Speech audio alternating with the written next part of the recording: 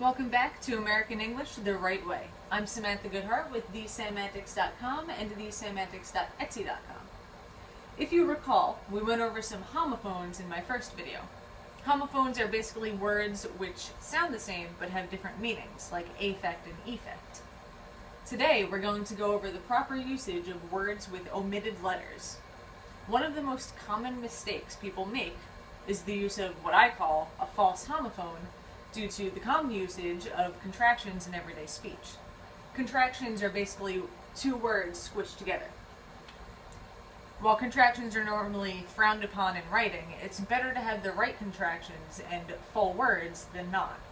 The most commonly accepted contractions are those which use apostrophes, such as could've and should've. Then you have the informal contractions, which instead of using an apostrophe, use a letter which does not exist in the original two words that are formed together. Examples of these are kinda and sorta, which use A's even though they're not in the two original words. The informal versions of could've and should've are coulda and shoulda. But then it just sounds like you're giving somebody the coulda shoulda. Most people would not even use these informal contractions, but I think it's because of both sets of contractions that people become confused when trying to use the full form words. Believe it or not, the two words being used in could've are could and have, while the two words being used in should've are should and have. Nowhere in the full forms of these contractions will you find the word of, but you'll so often see could of and should of in writing by the inexperienced. One thing you need to keep in mind when writing is that contractions were once two words. Apparently I can't say it enough because I constantly see the mistakes and they just piss me off. I even tried to get through to one of my old bosses, but apparently grammar doesn't matter when you're trying to run your own business. They're two words, two. When you have a contraction, look at all of the written version and see where the apostrophe is located. Then you'll be able to guess which letters are missing. It's like a game, but people so often lose, it's ridiculous. If you look at could've, you can easily see that there is no of in there. And there shouldn't be. Otherwise it would be could've, which I don't even know what that is. Of is a preposition, like in. You can say, I could have gone to school and received my education, but you can't say, I could in gone to school. In that case, you might as well just say, I'll get educated. Can you teach me book learning? Here are some examples of other commonly confused contractions and the full form words. It's, it is. It can be a contraction of either it is or it has. It's without the apostrophe is a word which shows possession. You can say, the shop received its first order, but you can't say, it has first order. That just doesn't make sense. There. They and are. This one was actually mentioned in my first video. It's another homophone, and it's very easy to confuse it with its counterparts there and there. They are the two words which form the contraction there. Another commonly confused homophone is your.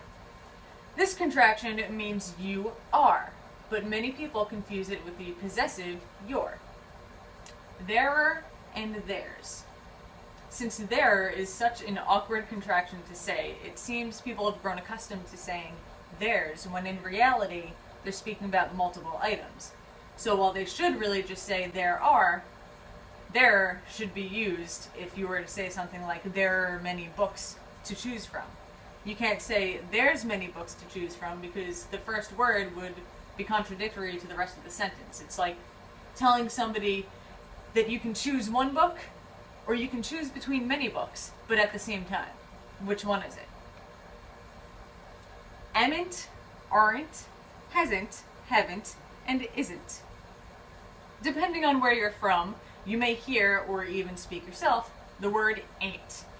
For some reason, ain't is often used to replace am not, are not, has not, have not, and is not, among others.